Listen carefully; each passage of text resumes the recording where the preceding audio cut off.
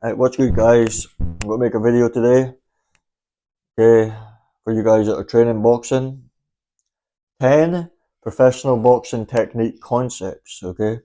Are you doing them? When you train, when you spar, when you fight, are you doing these 10 concepts subconsciously?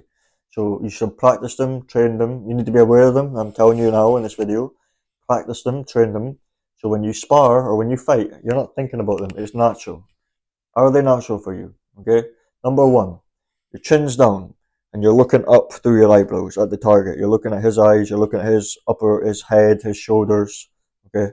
So your chin should always be down so you don't get knocked out. You're in a safe place. If you get tagged, if you're up here and you get tagged, you know, it's night night, you know. So chin down, looking up. And you're always focused, always looking at him. Okay. Are you doing that all the time? Are you training it so that you never bring that chin up when you're tired or anything like that, gasping for air? The chin's always down, okay? Number two, your stance. Do you stack, drop your weight, become heavy like you're stuck in sand just before you throw a punch, just before that punch lands on the target, just before someone punches you and you want to block, stack yourself down so you're heavy and you can block it a lot more effectively. You've got a lot more force in your block. You're not easily pushed over, okay? So do you stack upon impact? Do you become heavy just at the moment before the punch hits or before you get hit? Number three, you stand high and tall. Your posture, your physiology, your body language. You're not closed up and nervous. You're standing tall and you're confident, but you're also grounded and heavy. So yes, you're standing up tall, okay, but your legs are rooted into the ground. You're heavy. You're keeping your weight low, but you're staying up tall and you're staying confident and you're staying alert and aware of everything that's going on. You're doing that. Number four, do you snap your punches? So when you punch the pads or your opponent or the bags, you want to punch a few inches into them. You don't want to punch too far into them, like you're pushing, but you want to snap a few inches, just a little bit, into the target. And with the power of that punch, it will bounce back to your guard. So you're snapping into the target and bouncing back. You know, you're not pushing right through it and wasting energy. You're boom, boom, boom, snapping in, boom, boom. Watch Manny Pacquiao in the back. Bam, bam, bam, bam, snap, snap, snap. Explosives, okay, explosions, right? Do you exhale on exertions? So you're not holding your breath and punching stiff, slow, tight. You're letting the air out.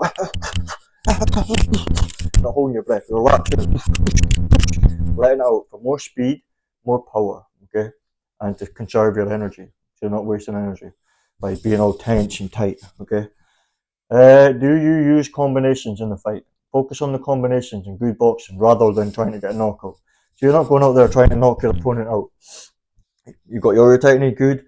You're working these combinations. You're getting in range, putting together some good combinations, and then you see the opening, or then you throw that knockout punch, and then they go down.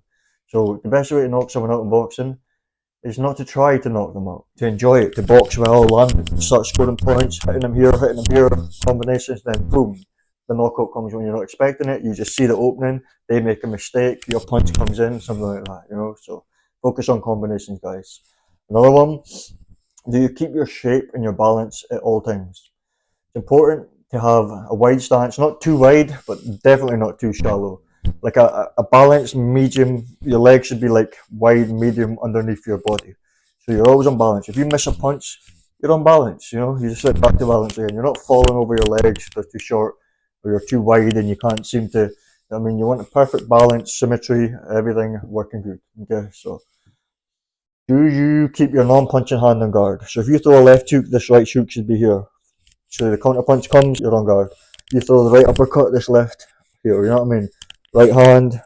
When you're not punching, you want to keep that other punch, the other hand on guard.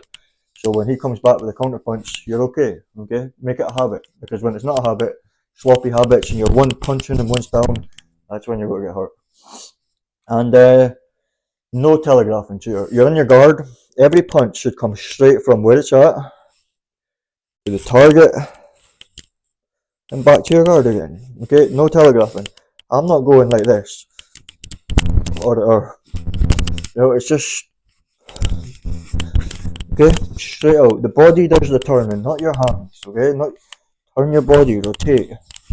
Yeah, so no telegraphing. Don't give away what you're going to do. Your opponent will be sharp on the ball. You'll see that.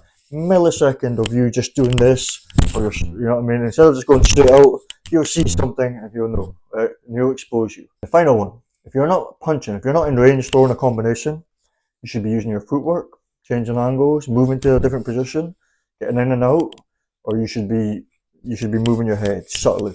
So you're not just straight here, like he knows where you're at. If you're even just doing subtle movements like that, hardly anything, now he's not going to land a clean punch. It's not going to land clean. He's got to have to think twice before he throws it. You know what I mean? Because you're just always in motion. Always in motion. Now he's got to think twice. He's not just going to be able to throw a simple punch because it's not going to hit clean. You know what I mean? He's not just here, then you're in trouble. So, and if you're not using your head, you're using your foot. Okay, so in, out. You're punching, you just need to plant your feet and work. But when you're not, you're elusive. You're moving your legs, you're changing position, changing angles. Hard to predict, okay? So that's it. Are you doing those 10 professional boxing concepts? Okay, when you spar, think about the last time you sparred. How were these things? Think about when you're hitting the bag. Are you doing these things? Are you not punching the bag? Are you elusive? Are you moving? Are you snapping those punches properly? Are you not telegraphing? Are you working on combinations? You know what I mean? All these things. Is that chin down? Are you looking up? So I want you to do that. I want you to look at these 10 things. I want you to analyze yourself when you're training.